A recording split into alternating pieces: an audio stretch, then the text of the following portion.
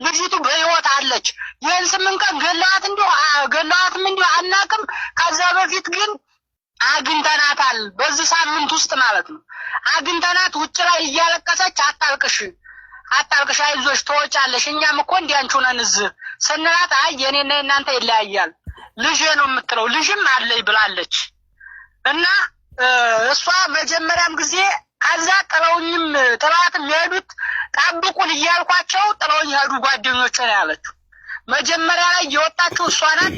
መጀመሪያ ከወጣች በኋላ ራሷ ናት ያለችው። መጀመሪያ ወጥቼ ደክሞኝ ሳርፍ ጠብቁኝ ወጣ በሉና ስራቸው መርከዝ አለ፣ መርከዙን ሩጠው አለፉ። ከዛ ዞር ብል እነዚህኞቹ ደላሎች የሆኑ 2 ትግሬዎች ያሉት እነሱ የሚያለቅስ ኢሞጂ አትላኩ አካውንት እንዳይዘጋ ቀጥል።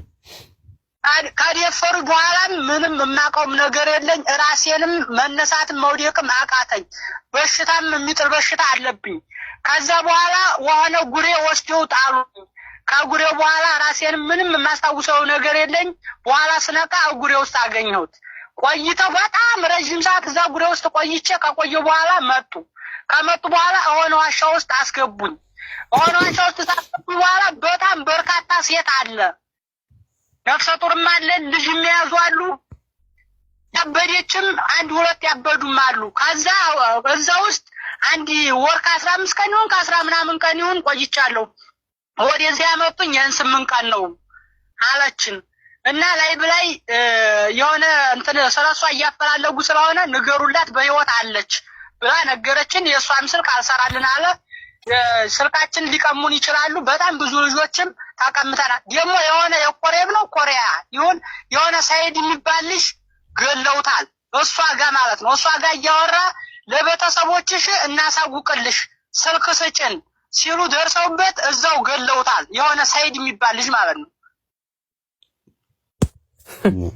የታገል ልጅ ነው። ኮሬብ ይሁን ኮሪያ ይሁን ያለች ኮሪያ ይሁን ያለች እየሰማችሁ ነው እንግዲህ። ከዚህ ታራ ቆሬ ይሁን ቆሬ ነው ታራ ቆሬ ነው ቆሬ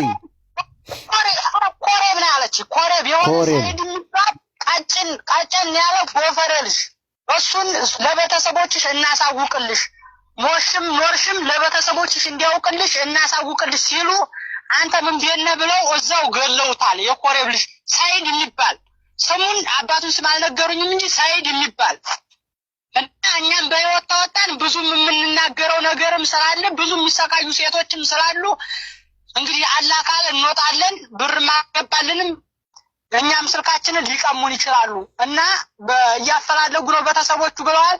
በህይወት ልጅቱ አለች። ይህን 8 ቀን ይግደሏት አናውቅም። ጥላዬን ሳቡት ያሉ እንግዲህ ቤተሰብ ከዚህ በላይ ታዲያ ምን እናርግ? ቆይ ወደፊት ለመጓዝ ምን እናርግ? ከዚህ በላይ ምን አለ? አገርሽ አይደሉም። ባጭሩ የምነግራችሁ ነገር የሷ አገርሽ አይደሉም። እዛ ውስጥ ብር አንቱ ተብለው ወደ 25 ወደ 20 እንሆናለን የተቀመጥን ልጆች አለን እና እሷ እያለቀሰች ስንጠይቃትም ጓደኞቿ ደግሞ ጥላት የሄዱት መንገድ ደግሞ ማለት ነው ጠብቁኝ ወጣ በሉና ተንፈስ ልበል ስላቸው ጥለው ሄዱ ሮጡ። ጥለው ሲሄዱ እኔም ደከመኝ ከደፈሩ በኋላ መሄድ መነሳትም አቃተኝ። ከዛ በኋላ የሚጥል በሽታ አለብኝ። ራሴን ሳቅ ስነቃ እጉሬ ውስጥ ራሴን አገኘሁት። ከዛ በኋላ መኖሬን ሲያውቁ ወደ ሆነ ዋሻ ይዘው ይሄዱ ብላ ነው የተናገረችው። ልጄ ነው የምትለው ልጅ አለኝ ብላለች ብሏል። እንግዲህ ልጅቱን እኛ አናቃትም።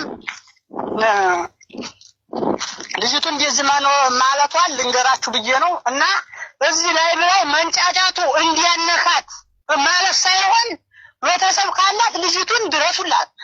አይ እኛስ አይሆንልንም ታላችሁ እዚህ እናንተ እንዳላችሁ ቁጥር ላይ እየወጣችሁ በፎከራችሁ ቁጥር ልጅቱ የሚደርስባትን ስቃይ እናንተ አታውም።